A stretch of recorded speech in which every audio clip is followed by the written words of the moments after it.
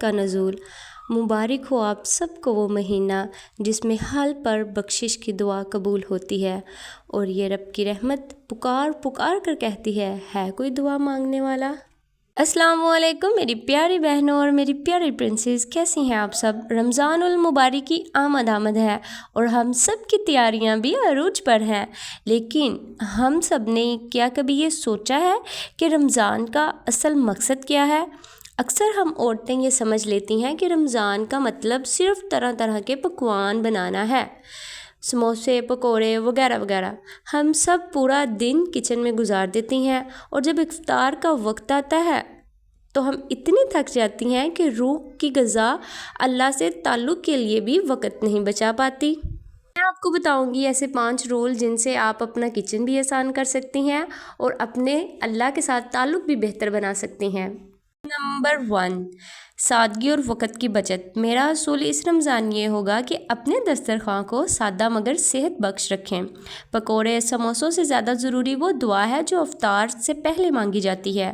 کوشش کریں کہ افطار میں وہ چیزیں بنائیں جو جلدی بن جائیں اور صحت بخش ہوں۔ جب آپ کچن کا وقت کم کریں گی تبھی آپ قرآن پاک کی تلاوت اور ذکر الہی کے لیے سکون پائیں گی۔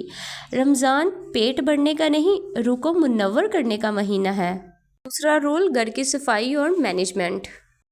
گھر کے کاموں کو رمضان سے پہلے نپٹا لیں۔ جیسے اکثر لوگ رمضان میں ڈیپ کلیننگ کرتے ہیں اپنے گھروں کی، تو وہ کام آپ پہلے بھی کر سکتے ہیں، اور کوشش کریں کہ سحری کے بعد سوئیں نہیں بلکہ اللہ تعالیٰ کو یاد کر کے نماز اور قرآن پاک پڑھ کے اپنے گھر کے کام ختم کر لیں۔ گھر کی مینجمنٹ کا سب سے بہترین طریقہ یہ ہوتا ہے کہ آپ ہر کام کے لیے ایک وقت مقرر کر لیں۔ تیسرا اور سب سے اہم رول یہ ہے کہ رمضان میں دوسروں کی مدد کریں، اپنے اخلاق کو بہتر کریں۔